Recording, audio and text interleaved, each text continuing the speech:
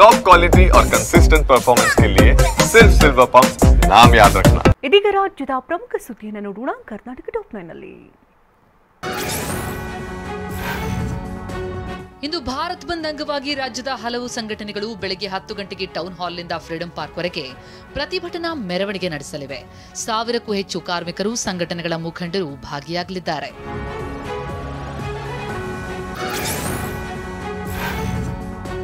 ಪ್ರೀತಿಸಿ ಮದುವೆಯಾಗುವುದಾಗಿ ನಂಬಿಸಿ ಗರ್ಭಿಣಿ ಮಾಡಿ ಮೋಸ ಮಾಡಿದವನ ಮನೆ ಮುಂದೆ ತಮಟೆ ಚಳುವಳಿ ನಡೆಸಲಾಗಿದೆ.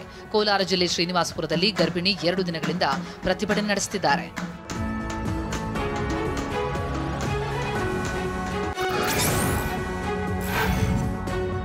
ಲಾಂಗ್ ಹಿಡಿದು ರೀಲ್ಸ್ ಮಾಡಿದ್ದ ಆರೋಪಿ ಪೊಲೀಸರ ವಶಕ್ಕೆ ಸಿಕ್ಕಿದ್ದಾರೆ. ಹುಣಸೂರಿನ ಶಬ್ಬೀರ್ ನಗರದ ಕುರ್ಸಾನ್ ಎಂಬಾತ ಬೈಕ್ ವೀಲಿಂಗ್ ಮಾಡ್ತಾ ಲಾಂಗ್ ಹಿಡಿದು ಪುಂಡಾಟ ಪ್ರದರ್ಶಿಸಿದ್ದ.